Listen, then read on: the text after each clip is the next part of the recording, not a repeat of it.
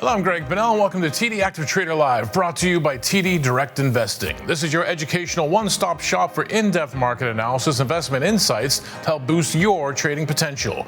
Coming up, following 6 straight days of gains for the S&P 500, markets being put to the test, investors holding back a bit as they take stock of elevated government bond yields, ongoing trade tensions, and the fallout, of course, for the economy. Wall Street's also focused on earnings from retail heavyweights. Home Depot reporting this morning. Target, TJX, and Lowe's are due out tomorrow. Plus, this week's Trading Debating features the bullish and bearish takes on Chinese tech giant Baidu. That's all ahead. You're watching TD Active Trader Live.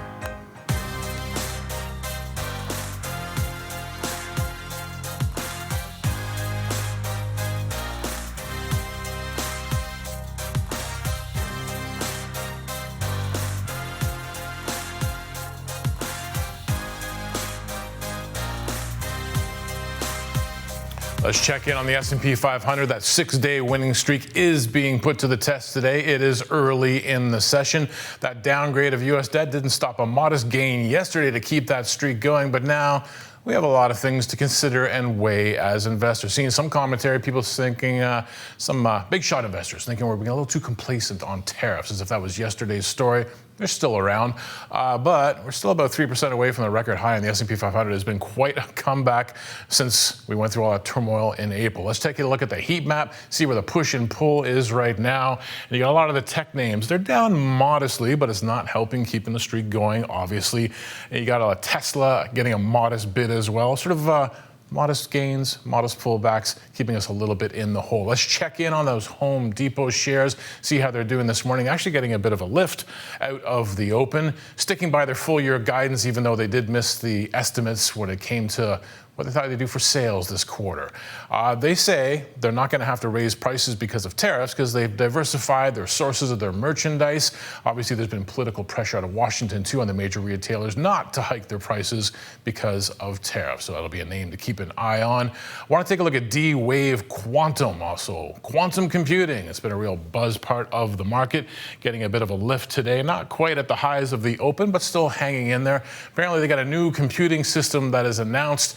And recently, they reported a 500% increase in sales revenue, so the name has been on a bit of a tear. And apparently, this new quantum computer, it's got qubits or qbots, or I should really know these kinds of things, but apparently the street's impressed. And that's your market update.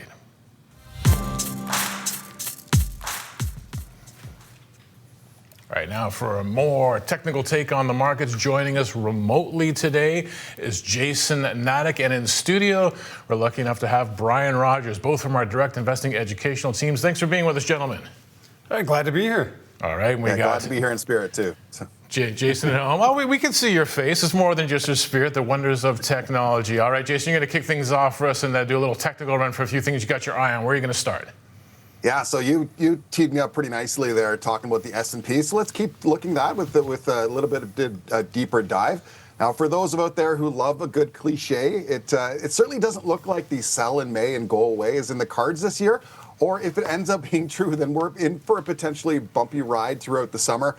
But with the markets are up nearly 20%. I know you mentioned tariffs, and it's always kind of seemingly on the tip of everybody's tongue. But even with the tariffs from early April, the market's up 20% since April, and including in May. We're still up nearly 6%. Now, in doing a bit of research, I came across some really interesting information. So far, you've named a bunch of different names that have come up in terms of earnings reports. 92% of S&P 500 companies have reported their earnings already for Q1. 78% of those companies have already exceeded their earnings per share estimates. Comparing that with the 5-year averages of 77 and 10-year of 75, even with uncertainties in the markets, we're seeing upticks there. But we'll see into Q2 as broader economic concerns play in. But taking a look at the chart that we've already got up in the screen, the moving averages are showing still in bullish orientation with the shorter on the top and the long on the bottom. But if we jump in to kind of take a look at some of the technical information here, we can see that as we move towards kind of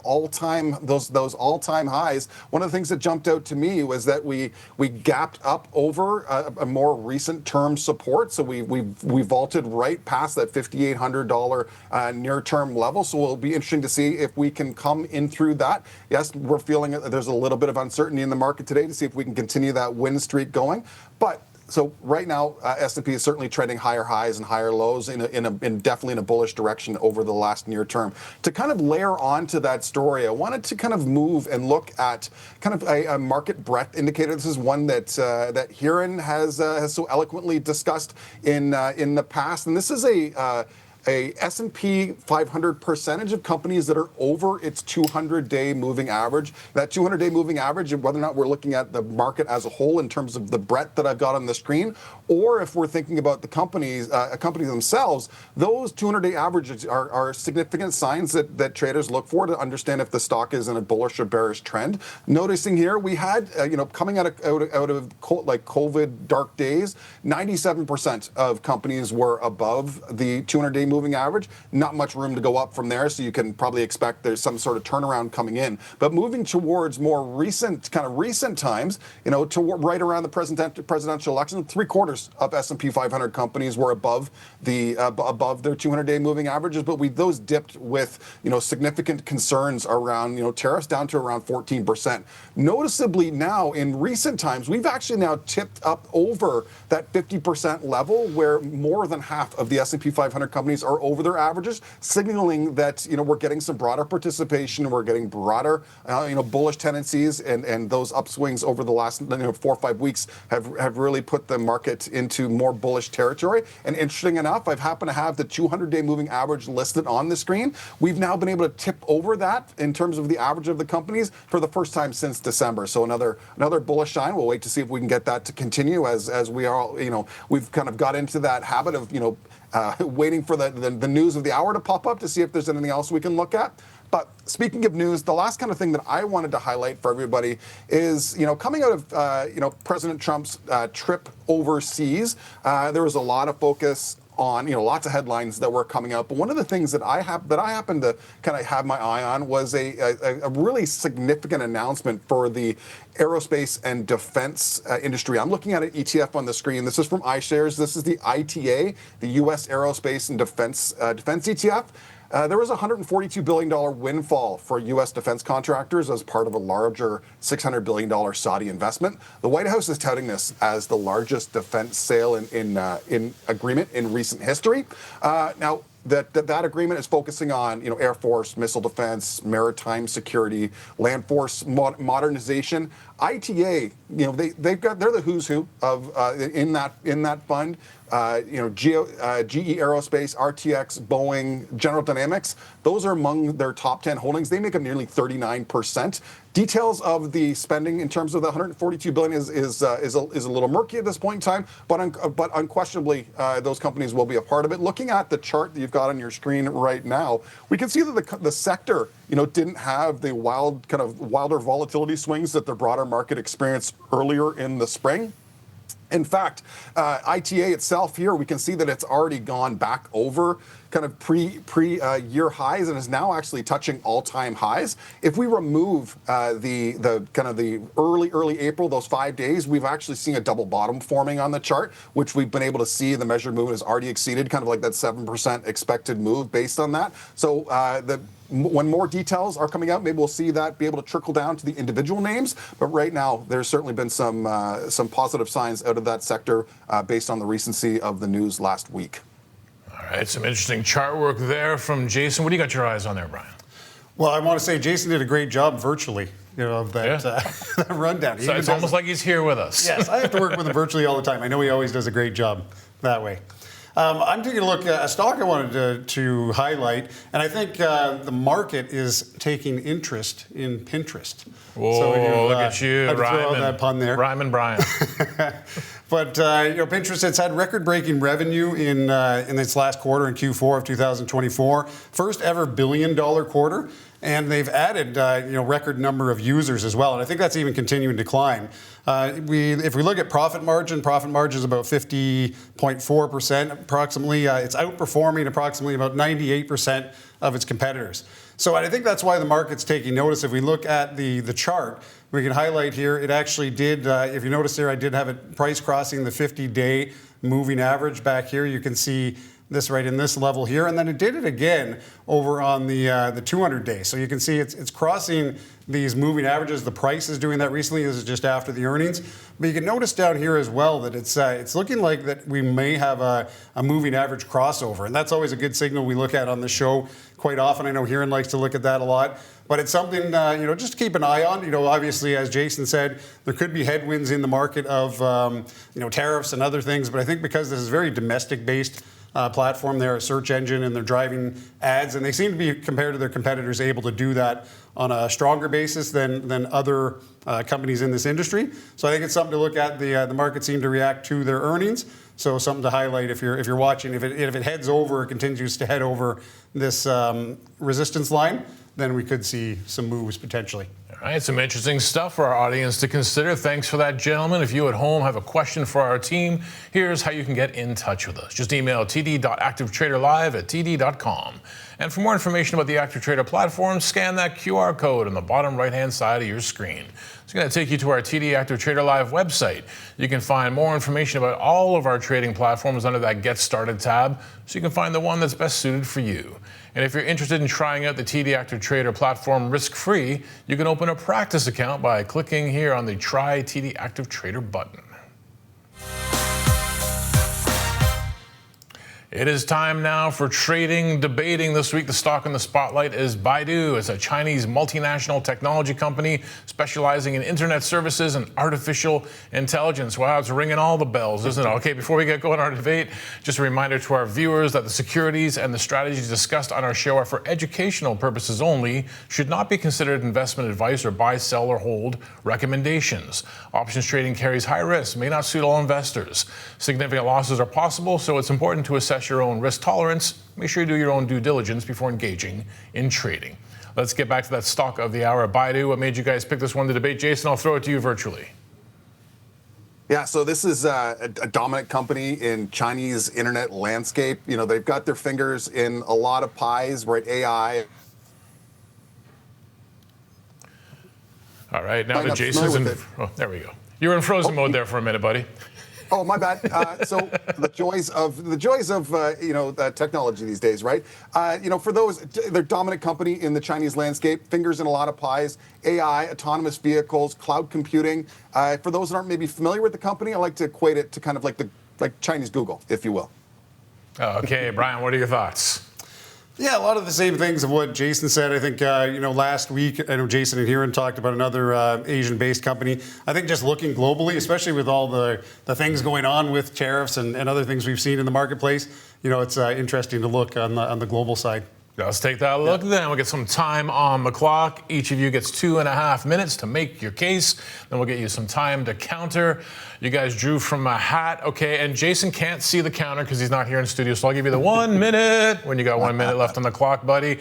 Draw from a hat as always. Jason, you got the bear case. Why don't you kick things off for us? Yeah, let's get it. And I've got my own clock running here just as a foolproof backup. Look at that discipline. Let's get that going. All right, so feels like deja vu all over again. I was the bear on another Chinese tech behemoth, Baba, as we've mentioned. So I'll try not to just rinse and repeat a lot of the same argument that I used last week, even though much of it applies to Baidu the same, right? We've got the Chinese economic slowdown with deflationary trends, continued efforts to decouple U.S. and Chinese tech sectors, and lastly, regulatory and policy uncertainty from the Chinese government. But before we jump to the charts, two things that I really wanted to highlight for us here.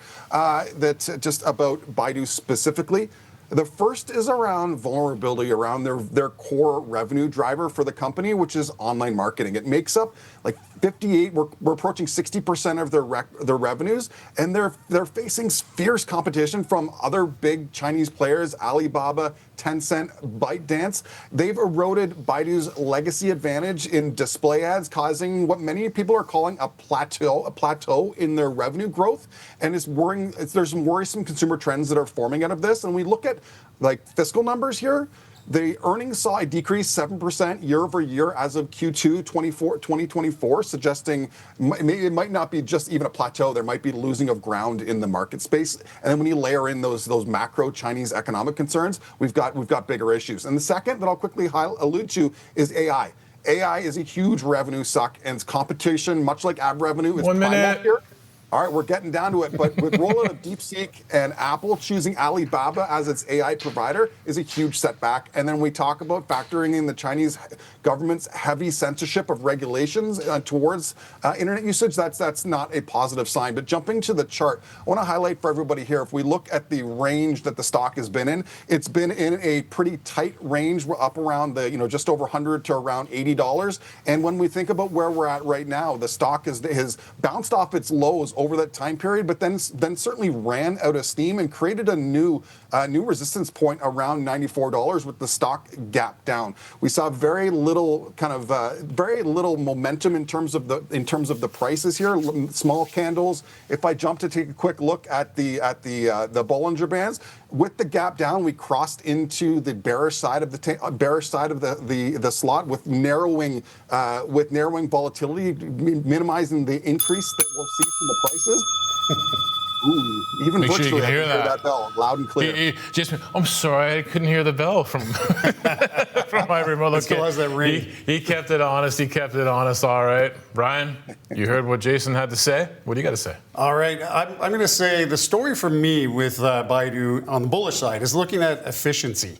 So I know there are some things where, from a revenue perspective, that industry, it is a tough industry. I agree with what Jason was saying. But revenues have held steady. But the efficiency end, what I'm talking about there is their operating income and their net income have climbed significantly since 2021. The other thing going with that, with efficiency, is profitability. They have, from a net margin perspective, they've been higher than the industry average, as I mentioned, but at the same time, their net income has doubled from the previous year, 711 million approximately, but it's doubled year over year as of Q4 2024. So they're doing something right in terms of the efficiency piece. They're cutting costs and they're getting that way down, and I think they can continue to do so. Cash flow last year was roughly around $9.10 per share, so they're sitting on a huge amount of cash.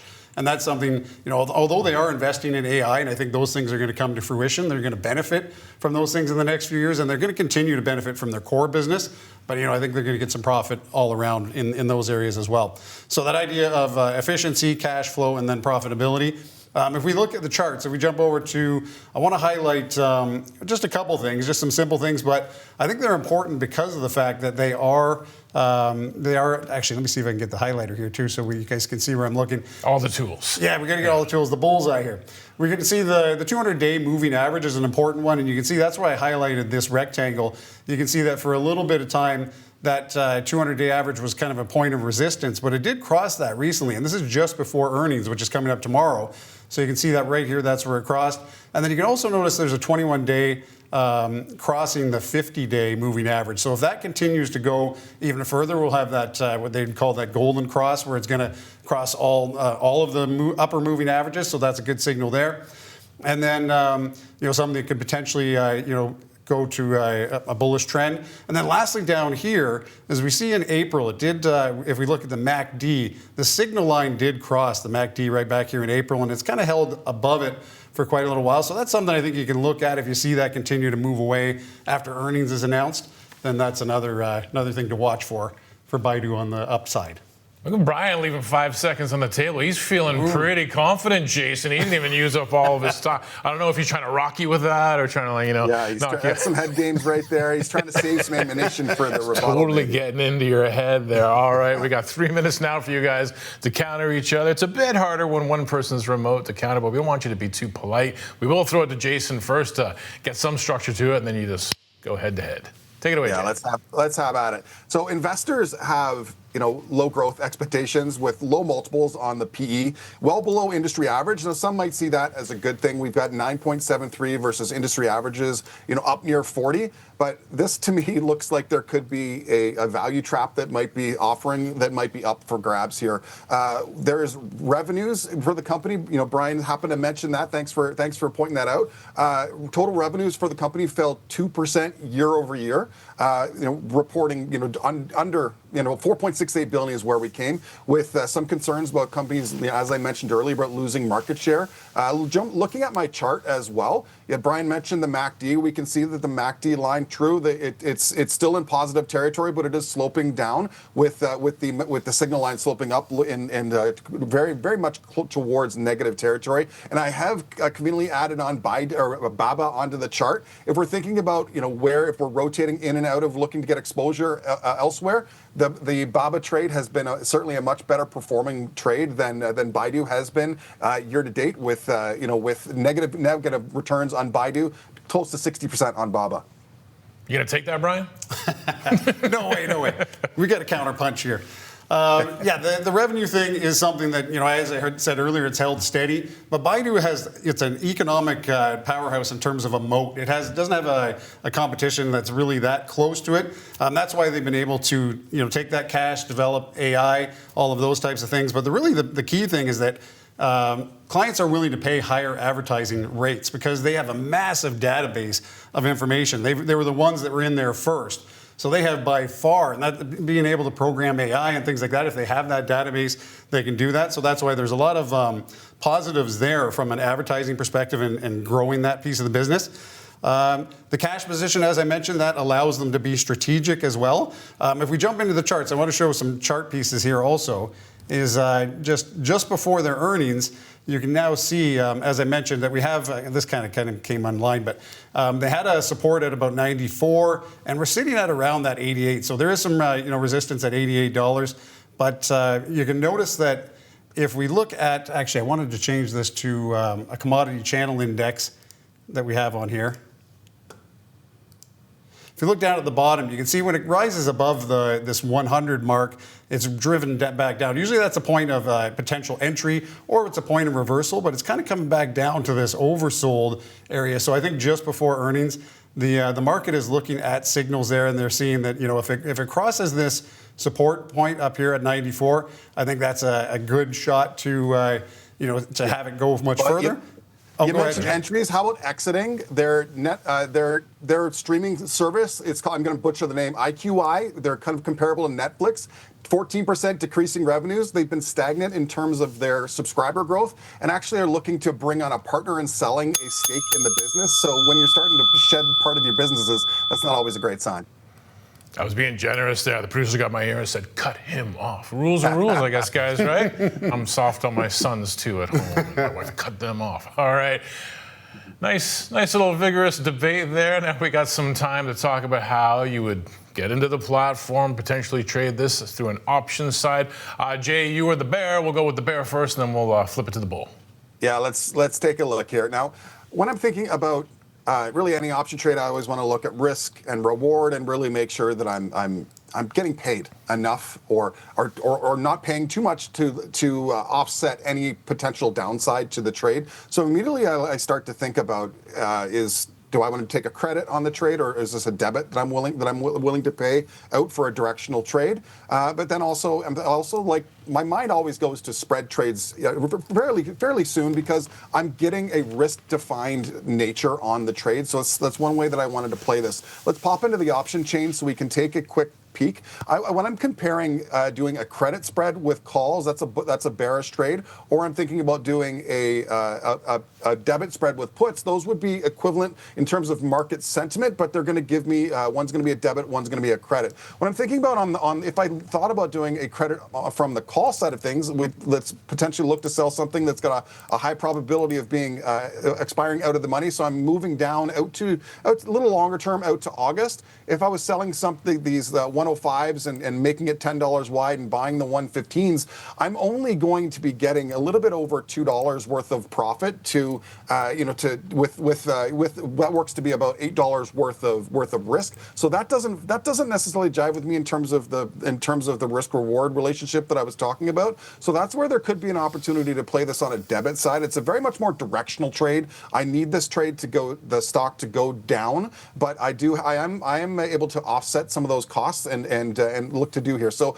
what the trade we can propose here would be to buy the closer to the money option. So thinking about buying the $80 puts, and if we sell something a little bit further out, we're going to be protecting the amount of money that we're going to be risking up front. So we're going to be taking back in hopefully around $1 on those $70 puts. So we are going to be capping our downside potential, but we are going to be bringing in very much less premium. And so if we can get the stock to move down, we've got $8 of potential gain versus versus a $2 potential loss here. Because I know we always want to discuss that risk reward potential, but keeping in mind with this particular trade, we have purchased more time, but we also do want to understand it is very directional. It does need to go in the further it can go down. You make max gain on this particular trade if both legs are in the money, meaning the stock can depreciate below the $70 threshold before we have an expiry out to August. We bought almost 90 days worth of time, but we do need it to go in our direction as opposed to credit strategies.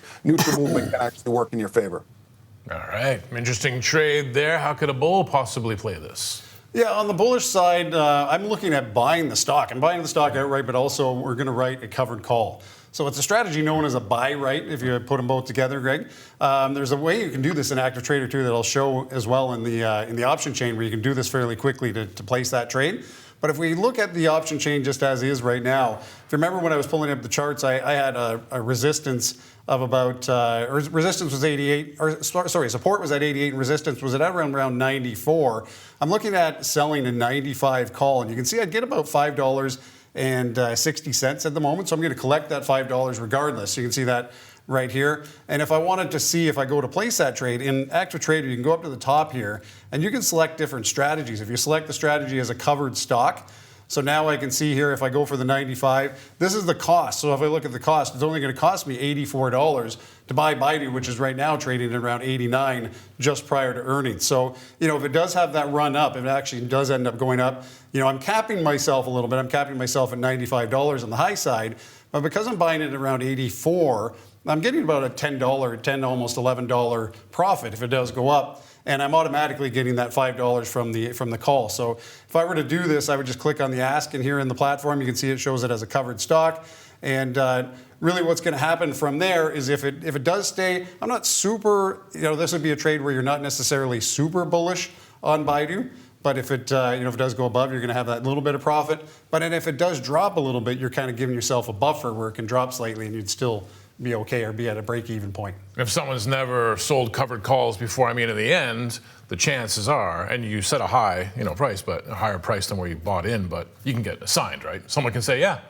Yeah, you can get assigned and you're going to have to sell the stock. Yeah. That's one of the downsides in a way. Usually you're doing it out of the money where you're going to get a bit of profit on the high side, but there still is always that risk. And when you're buying the stock, there's the downside risk of the stock.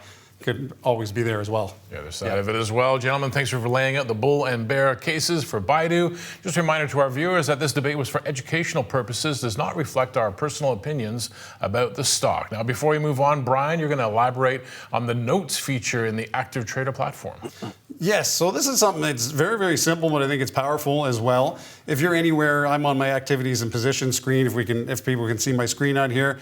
And, whether I was looking at Baidu today, so we have Baidu, Microsoft, whatever, just on a small list that I have right now of stocks that I was looking at. If you wanted to add any notes here, let's actually do one instead for Microsoft. If I right-click, and down on the right-hand side, if you want to add a note, so it should be here, where it is, there it is, Microsoft Notes, and then you can go to Create Note, and then anything you add in here, it's going to be set up for that particular stock. So if I go back to my options chain where I have a few of them already, you can see that I have a few notes here just to show you what it looks like. There are some notes that I did for Baidu. There's a stop order price I was able to enter in. There is a watch for a MACD signal, and I said buy right trade. So I had my trade, all those things. There are things that I can dump some stuff from my brain that I don't have to remember. you want to make sure you have enough room in there all the time. So you can just add those things to the notes, and they're always going to be available for you in the platform. That's a better system than I have. I scribble stuff on back, so there'll be a script for the show that the producer gives me. I'll scribble some numbers on the back. I throw it on my desk drawer, and 2 months later I pull it out. It's like, what does that even mean? And I just toss it. I don't even know what stock's like sticky attached. notes too, right? So I like that. That works. That's something for me to take a look at. If there's a stock you at home want to see our debaters go head-to-head on, send your suggestions to td.activetraderlive@td.com. And for more information about the Active Trader platform, scan that QR code on the bottom right-hand side of your screen. It's going to take you to our TD Active Trader Live website. And if you scroll down, you're going to find a tab that says Join a Live Masterclass. This Wednesday, 2 p.m., team is hosting an interactive session about TD Active Trader, which will explore all the options on the platform. Registration is required, and it's open now.